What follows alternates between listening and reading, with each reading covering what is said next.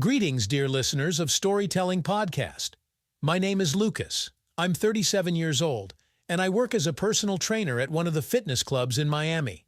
From the outside, it may seem that I have an ideal life, a beloved job that brings in a good income, a beautiful wife, two wonderful children. But behind the external gloss lies an unsightly secret that gives me no peace. Today, I'm going to tell you a story about how I crossed the line of what's permissible and got involved with my mother-in-law. I don't know if I'm looking for justification for my actions or just want to get it off my chest, but I hope my experience will be instructive for someone. How did it happen that I, an exemplary family man, got into this mess? It all started about 6 months ago when my wife Olivia was returning to work as a pediatrician after maternity leave. Her schedule immediately became very tight. Constant night shifts, emergency calls, endless reports and paperwork. Olivia only appeared at home to sleep and then rush back to the hospital. I understood everything. The children need to be provided for. Loans don't pay themselves. But deep down, I couldn't help feeling frustration and disappointment. How is it that we used to watch series together in the evenings, chat about everything, and on weekends we'd walk in the park as a family? And now it's impossible to string two words together with Olivia. Always tired, jittery, immersed in her doctor's affairs. All the romance disappeared from the relationship, just hello, goodbye. It would be one thing if it was just Olivia and me, but we have two boys, toddlers. They were the ones who really lacked their mother's attention. They completely got out of hand during her constant absence. Of course, I can change diapers and take them to the potty myself. It's not rocket science. But it's not just about hygiene. They want to talk, play, listen to a bedtime story. They were already starting to forget what their mom looks like, damn it. I was working flat out both at the gym and at home, but I still couldn't keep up, either late training sessions or sick children. In short, I was in hell, torn between work and family. Against the backdrop of all this chaos, my mother-in-law Sandra turned out to be my savior and outlet. She's a striking, energetic lady, even though she's in her 50s. After divorcing Olivia's father, he was quite a womanizer, she was left alone, so she had plenty of free time. She loved her grandchildren very much, often took them to her place, looked after them while Olivia and I were working.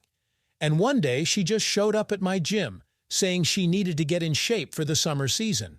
Although it was obvious that she took care of herself, always with a manicure and pedicure, fashionable outfit, great figure. So I started training her as a friend, since I was hanging around in the gym until late anyway. I didn't even notice how we started spending more time together. Sometimes Sandra would stay after class to discuss a new diet or exercises for oblique muscles. Sometimes I'd pop by her place in the evening to pick up the kids and stay for tea. We got to talking heart to heart one time. It turned out we had a ton of common topics. We could chat for hours about sports, politics, latest news. It's so easy and comfortable with her. She's always ready to listen and support. Unlike Olivia, all her conversations boil down to, "How are you? Fine, tired, sleep." Sandra became my lifeline, a breath of fresh air. With her, I wasn't a man exhausted by family life, but an interesting, strong, confident man. I caught her admiring glances, melted from compliments about my pumped-up figure and inexhaustible sense of humor. My mother-in-law was always ready to listen, encourage, show signs of attention. Sometimes she'd make my favorite protein shake, sometimes gift a new sports shirt. I felt like a Superman next to her, not a wreck with a belly, as usual after a 12-hour workday. I didn't even notice how I got knee-deep in this flirting and playfulness. I started looking lustfully at Sandra's appetizing forms in tight leggings, imagining what it would be like to touch them, squeeze, caress.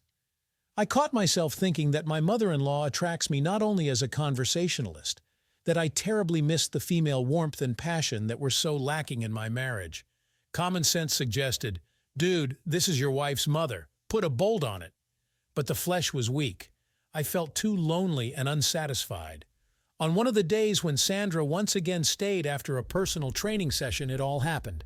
She asked me to help her stretch, saying she couldn't get her leg up to her buttock. Well, I went to help like a fool, without thinking. As soon as I touched her thigh, covered in thin nylon leggings, it hit me. My ears started ringing and goosebumps ran all over my body, And Sandra, it seems, also had sparks flying from her eyes. Instead of pulling away, I pressed her to myself and hungrily pressed my lips to hers. My mother-in-law only gasped and responded to the kiss with doubled ardor. After that, everything was like in a fever dream. We're tearing off clothes, feverishly caressing each other, kissing frenziedly. I don't even remember how we got to the locker room. I came to my senses already holding Sandra's hot, trembling body in my arms as she leaned back on a narrow bench. My consciousness clouded, reality receded into the background. There remained only our souls intertwined as one and all-consuming mad passion. That night became an unforgettable merging of bodies and souls thirsting for each other. Sandra gave herself completely, generously showered me with caresses, melted and swooned in my embrace. We moved in a single rhythm of passion, choking on moans of pleasure, burning in the flames of forbidden love, as if it wasn't just a fling, but a union of two yearning souls. And then I lay for a long time, my forehead pressed against her lush breast, afraid to move and destroy the magic of the moment. I returned home on shaky legs. I was reeling from overwhelming emotions, high, euphoria, wild delight. And at the same time, I was gnawed by an inexplicable anxiety, undermined by shame. After all, I had just tumbled with my mother-in-law like a lustful dog. I betrayed Olivia, tainted our marriage, even though it was already cracking at the seams from her inattention. One thought didn't give me peace. What next? Would I be able to look my wife in the eye, pretend to be a good boy after this? Sandra also looked thoughtful and slightly lost. Apparently, she was worried no less than me. As we parted, she whispered quietly, "Lucas, darling, I don't regret anything, but perhaps we shouldn't repeat what happened. The stakes are too high, we risk losing too much." I nodded in agreement, hugged her one last time. I decided, that's it, I'm quitting. I'll be a good boy. I'll drive away any lustful thoughts, immerse myself completely in work and raising the boys. But fat chance!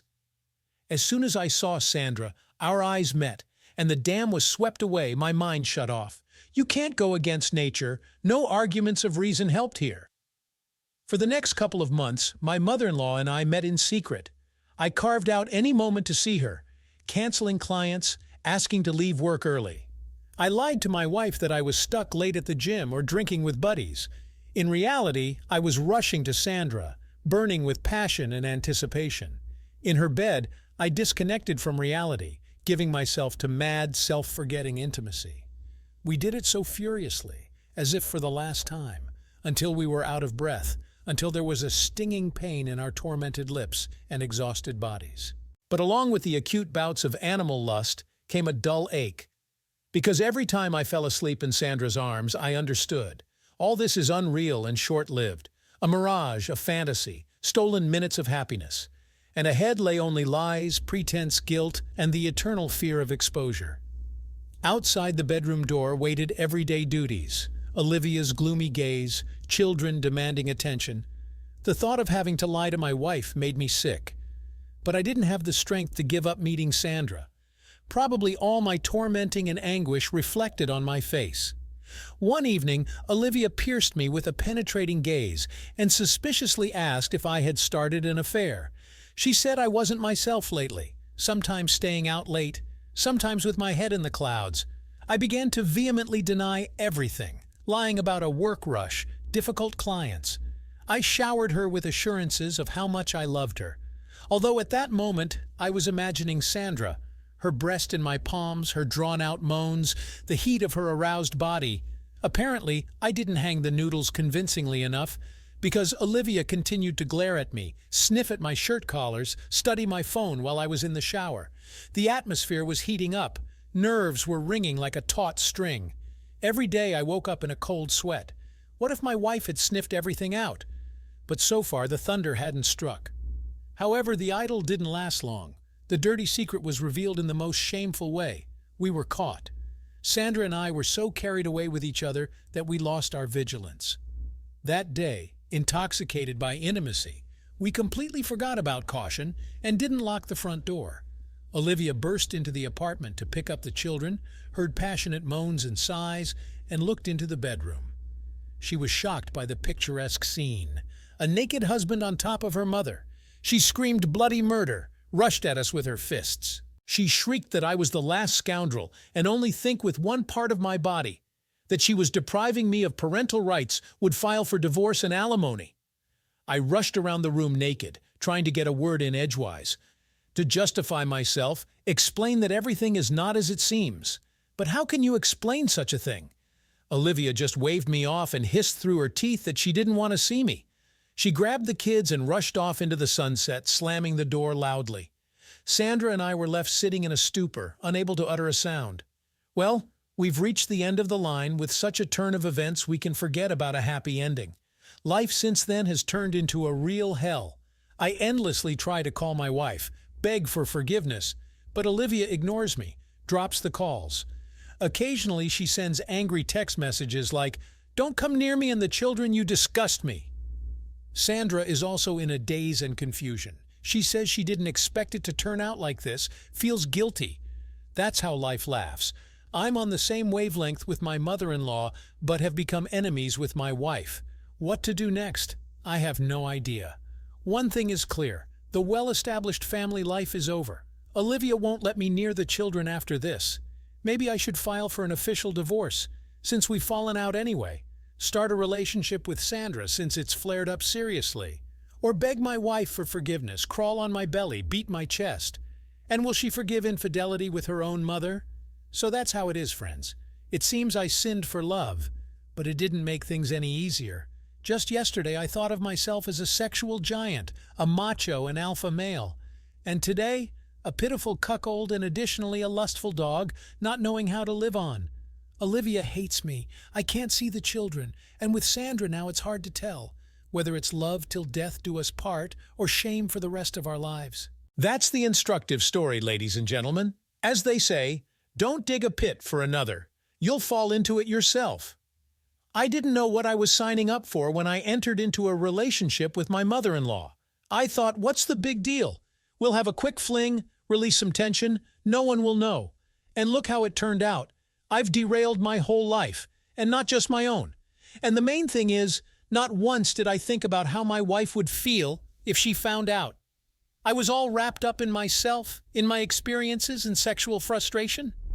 Only now am I beginning to understand what pain I caused her. After all, she trusted me, loved me, despite her constant busyness.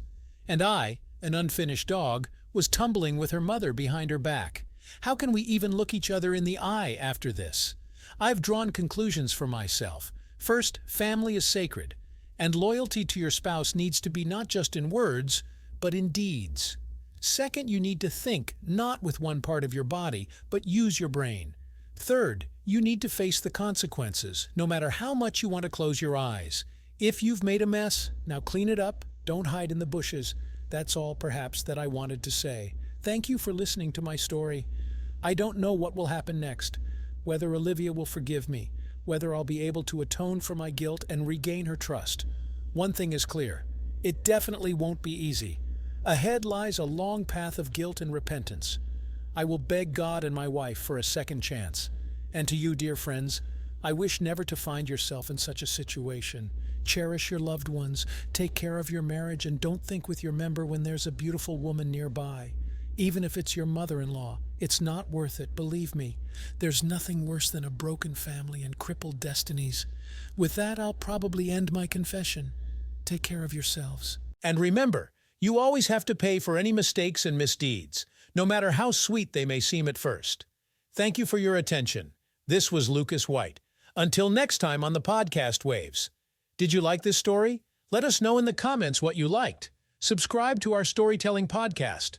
Also, don't forget to like and ring the bell so you don't miss more interesting stories. See you soon.